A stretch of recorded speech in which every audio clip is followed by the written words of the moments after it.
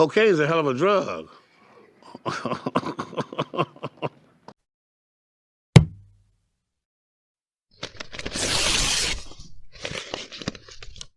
Oh, yeah! What's going on, ladies and gentlemen? Welcome back to The Fringe. If you've been around on this channel for the last year, we've been heavily discussing Justin Trudeau. I often make jokes that this is the Justin Trudeau network. This is the Justin Trudeau channel. What happened last week? What is going on here? I'm sorry I'm a little late to the party on this, and I know everybody's been talking about it, but I just had to come in and talk about this absurd display of behavior at a women's hockey league game in Ottawa. Justin Trudeau, of course, was gifted. I don't know why he's gifted anything. He makes more money than God. He's been gifted a team jersey showing up for his support. I don't know if it's support or if it would actually damage the team for him to show up because they were playing against Boston, by the looks of it, those Boston girls. But here we see Justin Trudeau's ego tweeting out, "Last night I attended my first PWHL game right here in Ottawa. Of course, I did a bunch of cocaine first. Here's a video of me in the stands clapping like an absolute maniac because I still hadn't come down off my high yet." I mean, what is this? What is wrong with Justin Trudeau? Like we've questioned his behavior, we've questioned his actions, like in policies, in hiding from the public, and being a dictator. But what is this? Like, shouldn't this explain to everybody why his wife left him? Like, this is creep level. I don't think Justin Trudeau's ever been around the public. I don't think he's participated in events around the public very often because he has no sense of self-awareness and just how stupid and creepy he looks. I mean, it's probably safe to say, because Justin Trudeau also went into the women's locker room to give them a pep talk. A little creepy. Justin Trudeau would enter a women's change room. But look at his kids. Look at his kids here. Look at his son. His son, now I'm going to hit play on the video, but look at his son. He doesn't look like he wants to be there. He does not look like he wants to be there. As always, hanging around his dear old dad. Take a look at this at the beginning. I'll watch his son. What an amazing opportunity for us to be here, but what an opportunity for so many people across the country to be cheering on this amazing league. The numbers are coming out, the people you're inspiring, the young women you're bringing along and seeing that everything is possible is super exciting. But really just being here and being able to cheer you on and encourage you in everything you're doing is absolutely awesome. So go Ottawa, go! This is not the pregame speech I'm used to giving, but a very special one. It's an honor to have you in this dressing room and in this building tonight. And thank you as well for the support, and hopefully we'll get a W for you. But we wanted to make sure that you fit in the friends and family crowd. So definitely. Let me put this on right now.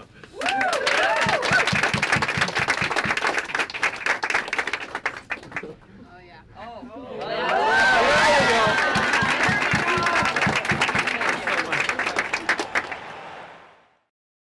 To get their photo ops, but his son looks like, even his daughter, they're just going through the motions, right? They don't look like they want to be there. Trudeau, of course, using them for his little photo ops to look like he actually gives a damn about this country. Again, look at his daughter. Watch his daughter when he's clapping like a moron. She looks right at him like, what are you doing? Like, she's taken back for a second. It's insane. Now, why would Justin Trudeau enter a women's locker room? Yeah, he gave a pregame speech, but he was in there before that pregame speech. Many would say it's because Justin Trudeau is a PDF file. Notice how we get around that one. You got to be creative when getting around the YouTube censors these days. Justin Trudeau could possibly be a PDF file. I know Bill Clinton is a huge PDF file. Lots of data in that one. Joe Biden, also a PDF file. Be curious. I know there's rumors that Justin Trudeau was on some kind of list. And it'd be interesting to see what is going on with that list. But what's more important is what has been going on with Justin Trudeau in the last little while, because he's been absent. You know, when Tucker Carlson came to Canada, of course, Trudeau was in hiding. He's taken his little jabs at Tucker since then. But Larry Brock uncovering just what is going on in terms of the Prime Minister's behavior and his legacy that he's leading in Canada right now. And then we're going to get a little bit into why this is important. There's a lot of smoke here, Mr. Chair, and I'm sure there is a fire that's burning, Mr. Chair, that we need to find out its source. As I indicated, this is not a one-off. It is a series of missteps by this government. I talked about the Aga Khan vacation. I should have taken precautions and cleared my family vacation and dealings with the Aga Khan in advance. I'm sorry I didn't, and in the future... Sorry, I didn't. Sorry. We're sorry. Sorry. God. I will be clearing all my family vacations with the Commissioner's office. We then had the dress-up clown show in India. We then had the issue surrounding the very first Truth and Reconciliation Day. Again, one of the hallmarks of the Trudeau brand and our Prime Minister in the 2015 election was his pronouncement that there was no other relationship that was more important to Canada than its relationship with Indigenous Canadians. No relationship has been more important to me than the one with Indigenous peoples. He created the very first Truth and Reconciliation Day after the discovery of the unmarked graves in Kamloops. I'm only also going to chime in there for a second, just to remind everybody, not one grave, not one body has actually been found to this date. I just wanted to put some context in the subject. But let's see what Trudeau was up to on Truth and Reconciliation Day, the first Truth and Reconciliation Day, which he hallmarked.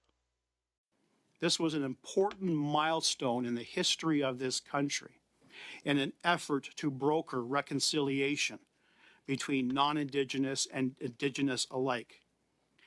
What did the Prime Minister do? The Prime Minister instructed his office to lie to Canadians, to say that he was in Canada engaging in private meetings, when in fact, some sleuths in the Canadian public were able to track his flight and realize he wasn't in Ottawa.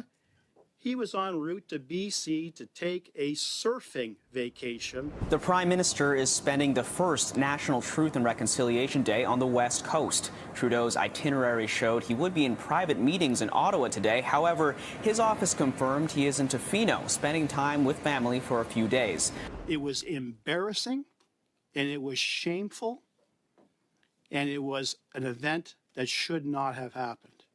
This Jamaican Christmas vacation is not a one-off. It displays a pattern of miscommunication and deceit by the Prime Minister's office, giving 3 different versions of the truth as to what they communicated to the Conflict of Interest and Ethics Commissioner.